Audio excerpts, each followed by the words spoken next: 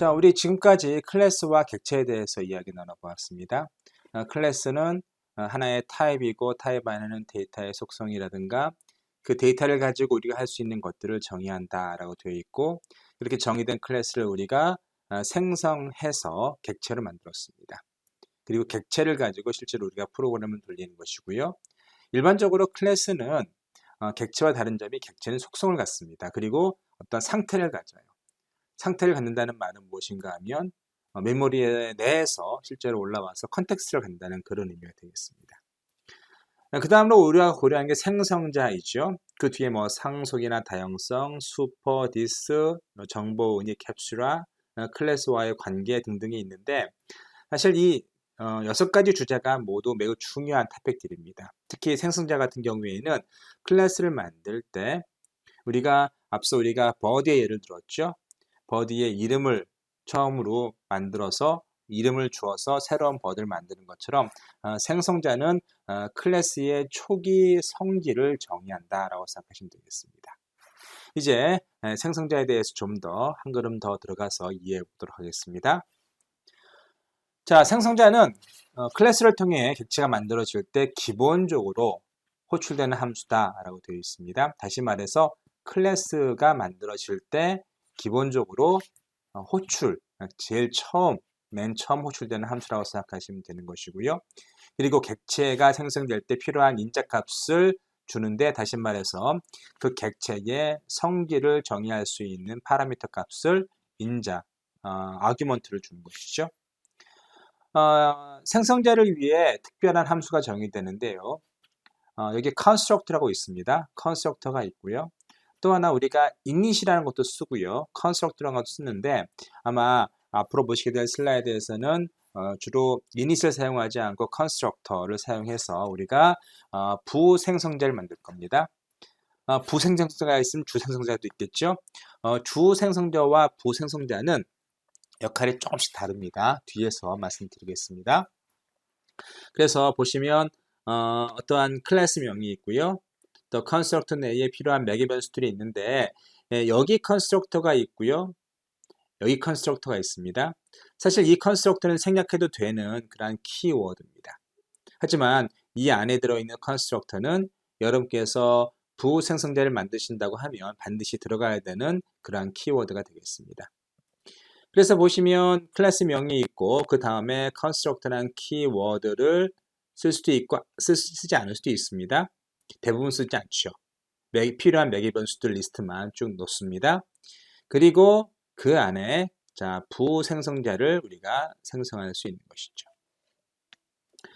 자, 주생성자는 보통 클래스명과 함께 기술되며, constructor 키워드는 생략할 수 있습니다.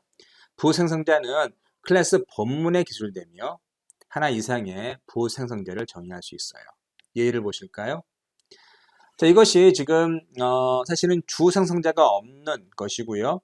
부생성자만 있는 그러한 클래스의 예입니다.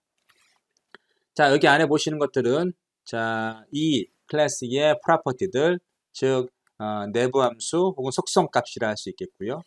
이 컨스트럭터가 실제 우리가 관심을 갖는 부생성자입니다.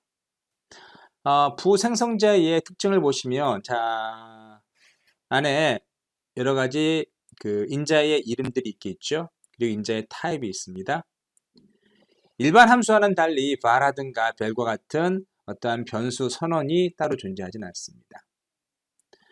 또 특징적으로 보시면 여기 this라는 것이 붙죠.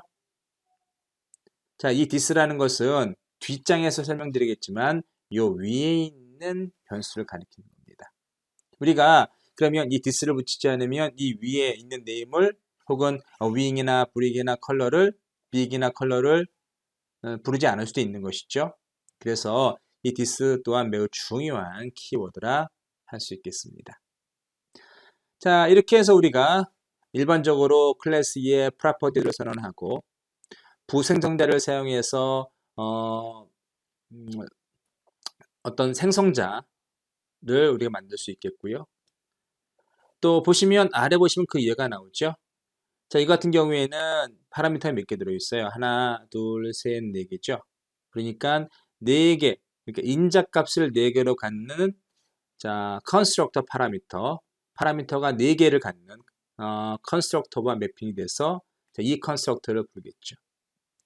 사실은 constructor는 여러 개가 있을 수 있습니다. 구별되는 것은 파라미터 리스트죠.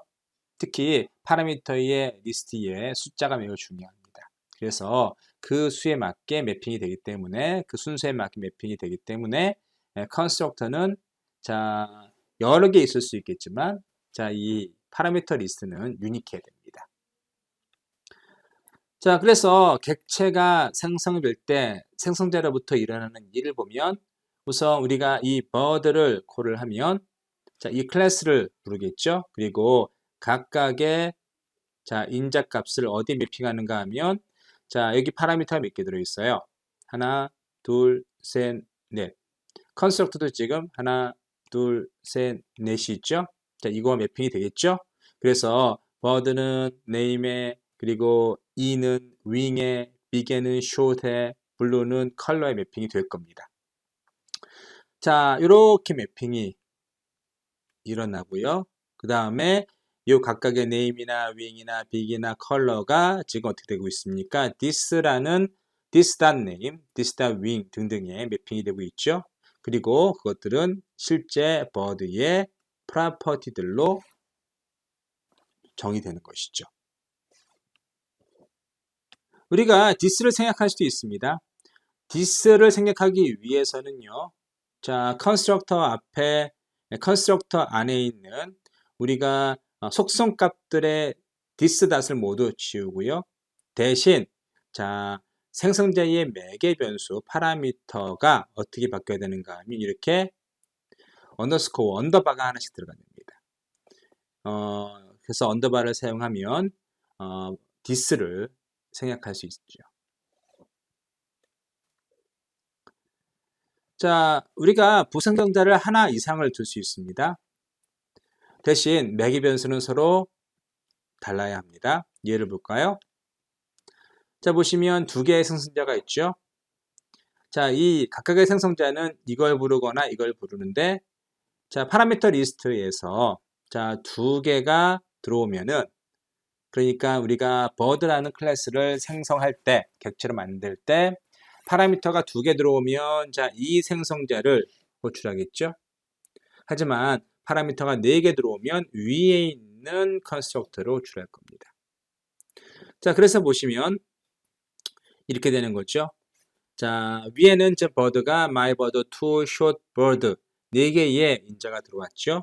이 경우에는 첫 번째 컨스트럭터를 호출하겠죠. 왜냐하면 여기에 파라미터 리스트에 변수가 4개니까. 하지만 두 번째의 경우라면 어떻습니까? 이 두 번째 컨스트럭터를 부르겠죠. 그래서 파라미터의 개수에 따라서 달리할 수 있고요. 특히 부생성자, 이 두 번째 부생성자를 보면 이렇게 실제 디폴트 값을 사용할 때 또 이렇게 사용할 수 있습니다. 위에는 지금 모든 파라미터가 직접 사용자가 넣어줘야겠지만 어떤 파라미터는 디폴트 값을 가질 수 있습니다. 그래서 파라미터 리스트에 있는 모든 것을 넣지 않아도 디폴트 값을 갖게 만드는 것이죠. 그래서 윙이나 컬러는 지금 E나 그레이로 디폴트 값이 주어져 있죠. 이런 경우라면 우리가 이렇게 두 개만 넣고도 4개의 속성 값을 모두 만들 수 있기 때문에 이런 식으로 우리가 부호생성자를 만들 수도 있습니다. 자, 이제 주생성자를 만드는 방법을 살펴보면 우리가 앞서 언급했듯이 클래스 이름 다음으로 컨스트럭터가 오면 이것은 주생성자의 선언이라 할 수 있겠습니다. 그리고 안에 파라미터 리스트가 쭉 오죠. 여기에서는 name이나 wing이나 big이나 color가 있고요. 언더스코어가 쓰인 이유는 앞에서 설명을 드렸고요. 그 다음에 실제로 우리가 클래스에서 사용될 수 있는 프로퍼티들이 쭉 열거되어 있습니다. 그래서 베리어블 중에 name이나 wing이나 big이나 color는 인자로 들어오는 언더스코어 name, 언더바 wing이나 언더바 big, 언더바 color와 매핑되는 것이죠. 그래서 안에 있는 프로퍼티들이 쭉 초기화가 되는 것이죠. 자, 앞에서도 언급했듯이 컨스트럭터의 키워드는 생략될 수 있고요. 자, 여기서는 무엇을 보시는가 하면 앞에 우리가 그 이 name이나 wing이나 big이나 color를 언더스코어와 함께 이런 식으로 사용했었죠. 그래서 프로퍼티들의 베리어블들을 초기화하는 일을 했었는데 그렇게 하지 않고 바로 그냥 프로퍼티들을 그 파라미터 리스트에 이렇게 var나 아니면 val로 선언함으로써 프로퍼티들을 i의 임자가 들어올 때 바로 직접적으로 어사인할 수 있다는 것이죠. 또 하나의 중요한 그 엔지니어링 테크닉이 아닐 수 없습니다. 자, 그 다음으로 우리가 그 어떤 클래스가 객체화될 때 반드시 생성해야 되는 혹은 실행해야 되는 어떤 코드 블럭이 있다고 하면 우리가 init이라는 블럭으로 묶어놓을 수 있습니다. 그래서 여기서 보시면 init 블럭이 있죠. 그래서 자, 이 초기화 블럭은 간단한 코드를 사용할 때 주로 많이 사용하는데 여기서 보시면 자, 초기화 블럭 시작이라는 프린트문 그리고 name과 big을 자, 파라미터로 받으면 그것을 프린트하고 또 뭐 sing이라는 어떠한 내부 클래스를 한번 실행을 시키는 것 같아요. 그 다음에 프린트 문으로 끝나는데 자, 이 초기화 블럭은 이 클래스가 객체로 만들어질 때 항상 실행하는 것이죠. 그러면 달리 말하면 우리가 그 앞에서 이렇게 프로퍼티들을 초기화하는 것들을 이니시에 집어넣을 수도 있겠죠. 그래서 여러분께서 편의에 따라 사용하시면 되겠습니다. 또한 우리가 어떠한 그 파라미터 값을 초기화, 다시 말해서 디폴트 값으로 정할 수 있습니다. 여기서 보시면 name이나 그리고 wing은 디폴트 값으로 2나 혹은 noname을 받습니다.